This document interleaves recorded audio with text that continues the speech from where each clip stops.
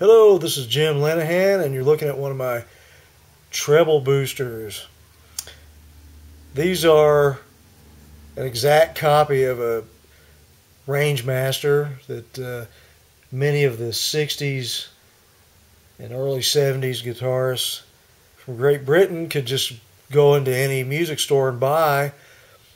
Those were really set and forget type things. They were not a floor pedal. You know, they set up on top of the amp, and they had an extra cord already made onto them, so you didn't have to have two guitar cables to use one of them.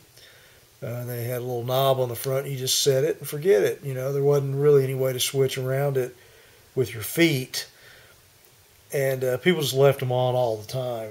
And I'm not sure how those things came to be, but in the United States, we didn't have them. So a lot of the kind of neat, funky sounds that came out of some of the rock groups from Great Britain back in those days had some neat sounds, and their amplifiers were distorting in certain ways that we really didn't figure out for a long time why those amps were acting like that. But they had some really neat sounds. Anyway, all that stuff was accidental. Somebody just twisted one of these up one day and made a little booster pedal and decided to put them out. They were probably cheaply made back then, because in those days, and I was there, so I remember, you could just walk down the street to the electronics store and buy what you needed to build just about anything from an amplifier to, just about anything. So, tubes, whatever you needed. Now, I normally use new old stock Mullard OC44 transistors in mine. And this one also uses an OC44, but I found a stash of new old stock British Ediswan OC44s. And this one's got one of the yellow top hat Ediswans in it, which are kind of neat looking. There were several brands over there in Europe at the time that made OC44s. Another good one that I use a lot of is the Philips OC44, which is a Mullard, by the way, but it was just made in the Netherlands instead of England. Well, this one was made in Great Britain in the 60s. It's new old stock, and sounds really good.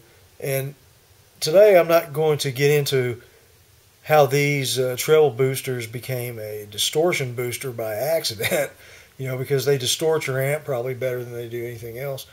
But the 12-string electric sounds that were coming out of the U.S. and the U.K. at the time were kind of trebly, and you like the Byrds, and stuff like that. And then by way of influence, later on, Tom Petty did a lot of 12-string stuff that was really trying to emulate the sound that the Byrds had. Well, again, the secret weapon was the treble booster.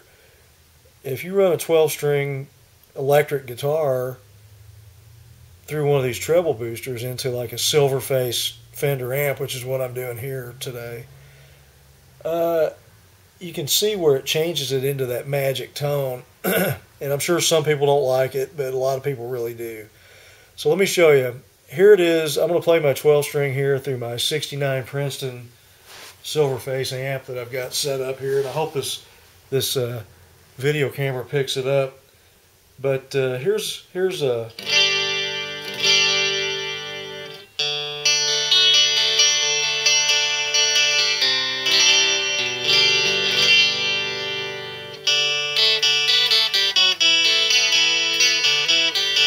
see that's the sound of the guitar going straight into the amp. Here it is again.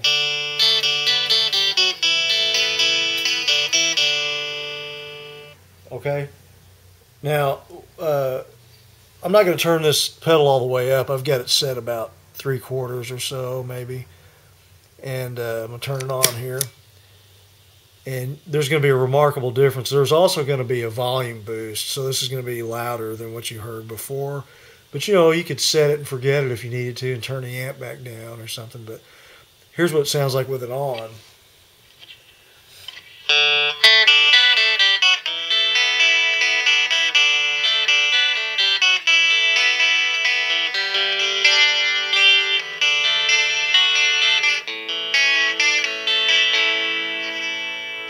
So you see it's got that characteristic tone like the Byrds had and stuff.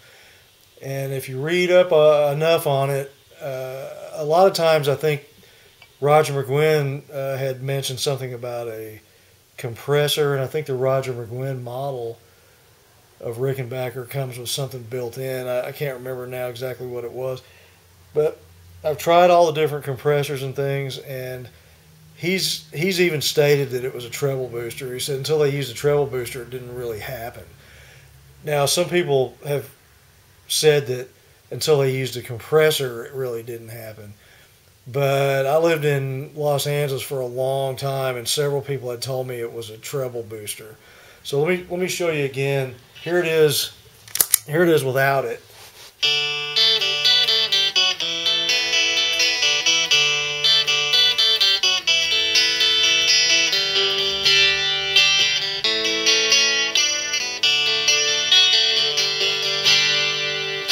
Okay, that's without it.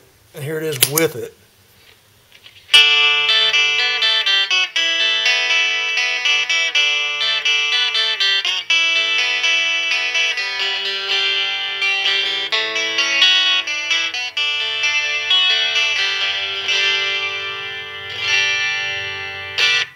So it's got a lot more chime to it and everything, and you know, like here's a Tom Petty style thing without it.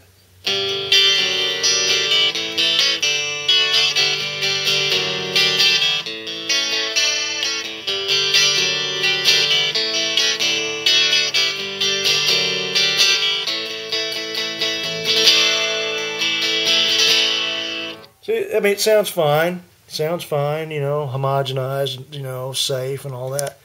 But here it is with the treble booster.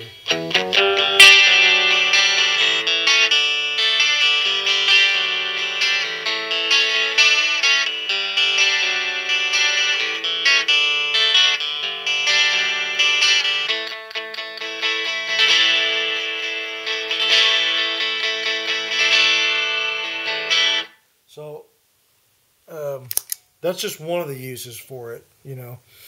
Like I said, you could use it, like Roy Gallagher used one with his Stratocaster plugged into several different amps, you know, a Vox AC30, a really, really old Fender Bassman. It wasn't the 5F6A, it was way earlier than that. It was just a 2-input one with four 10-inch speakers.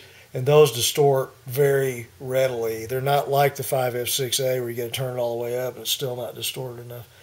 But one of these in front of one of those amps, or even a little Tweed Deluxe or something like that, you're going to get quite a bit of crank out of it. It sounds pretty good. And then on a Strat, if your volume control is on 10 and you just back it off to about 9 or so, it comes up with a really good rhythm tone that's got a really interesting tone to it. And you can hear that on some of Roy's early albums and things. Well, anyway, this is Jim Lenahan just showing you what's going on here, and I hope you have a great day.